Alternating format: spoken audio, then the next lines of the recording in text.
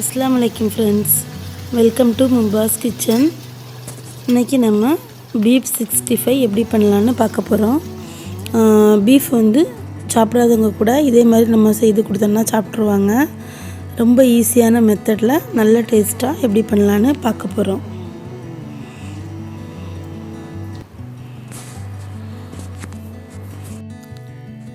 beef வந்து 1/2 kilo எடுத்துருக்கு.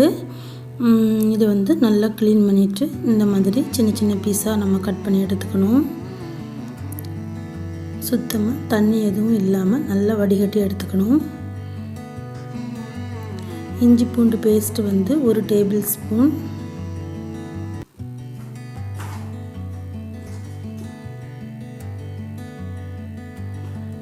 உப்பு வந்து 1/2 டீஸ்பூன். நம்ம வந்து மட்டன், சிக்கன், பீஃப் இந்த மாதிரி எதுக்குமே இஞ்சி பூண்டு பேஸ்ட் வந்து கொஞ்சம் அதிகமாக சேர்க்கணும். அப்போ தான் உங்களுக்கு நல்லாயிருக்கும். எண்ணெய் வந்து 1 டீஸ்பூன். இப்போ வந்து நம்ம நல்லா மிக்ஸ் பண்ணி விட்டுக்கலாம்.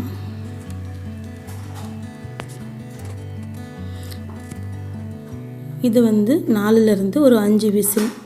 பீஃப் வந்து நமக்கு எந்த அளவுக்கு வேகிறதுக்கு விசில் தேவைப்படுதோ அந்த அளவுக்கு போட்டு எடுத்துக்கலாம்.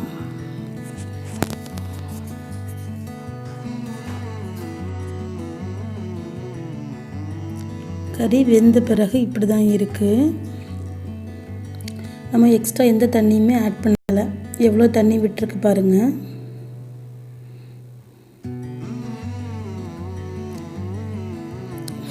கறியுமே நல்லா வெந்திருக்கு.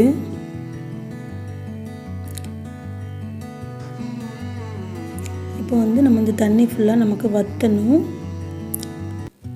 அது வரைக்கும் நம்ம வந்து கொஞ்ச நேரம் நம்ம கேஸ்லேயே வற்றது வரைக்கும் அப்படியே விட்டுடலாம். நம்ம அதை வந்து எடுத்துட்டோன்னா உங்களுக்கு டேஸ்ட் இருக்காது. ஃபுல்லாக தண்ணியெல்லாம் நமக்கு நல்லா வற்றிட்டு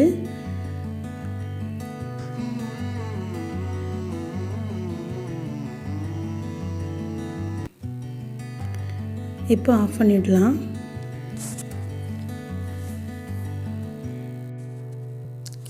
அரை டீஸ்பூன் மஞ்சத்தூள், 1/2 டேபிள் ஸ்பூன் தனி மிளகாய்த்தூள்,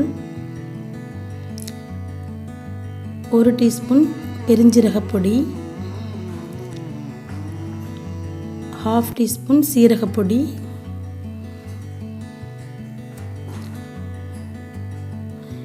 1/2 டீஸ்பூன் மிளகு பொடி,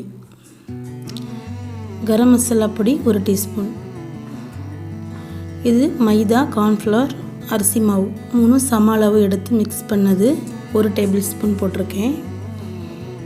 நமக்கு அந்த மசாலா எதுவுமே இந்த எண்ணெயில் வந்து நமக்கு பிரிஞ்சு போகாமல் இருக்க.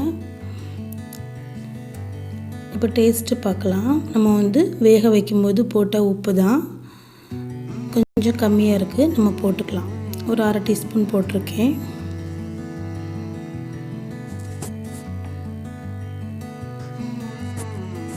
இங்கே வந்து ஃப்ரை பண்ண நான் வந்து ஃப்ரை பேன் எடுத்து வச்சுருக்கேன்.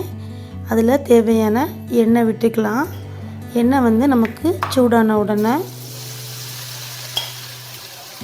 மிக்ஸ் பண்ணி வச்சுருந்த பீஃபை வந்து போட்டுக்கலாம். நம்ம சிக்கன் 65லாம் எப்படி பொரிச்செடுப்போமோ அதே மெத்தடு தான். ஏன்னா இது ரொம்ப நேரம் நம்ம வேகிறதுக்காக போட வேண்டாம். நம்ம ஏற்கனவே வேக வச்சதுனால அந்த மசாலாவுடைய அந்த கலர் சேஞ்ச் ஆகி நமக்கு ஒரு நல்ல கிறிஸ்பியாக வந்தால் போதும். அதோடு எடுத்துடலாம்.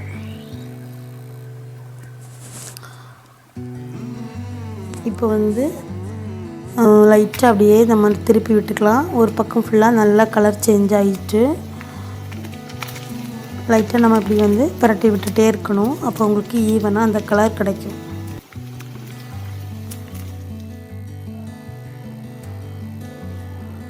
இப்போ வந்து நமக்கு பீஃப் 65 ரெடி ஆயிட்டு. ரொம்ப டேஸ்ட்டாகவும் நல்லா கிறிஸ்பியாகவும் இருக்கும். கண்டிப்பாக நீங்களும் ட்ரை பண்ணி பாருங்கள். ட்ரை பண்ணிவிட்டு உங்களுக்கு எப்படி வந்ததுன்னு உங்களுடைய ஃபீட்பேக்கை எனக்கு கமெண்ட் பண்ணுங்கள். இந்த வீடியோ பிடிச்சிருக்கோன்னு நினைக்கிறேன். பிடிச்சிருந்துன்னா லைக் பண்ணுங்கள். நம்ம சேனல் முபாஸ் கிச்சனை சப்ஸ்கிரைப் பண்ணுங்கள்.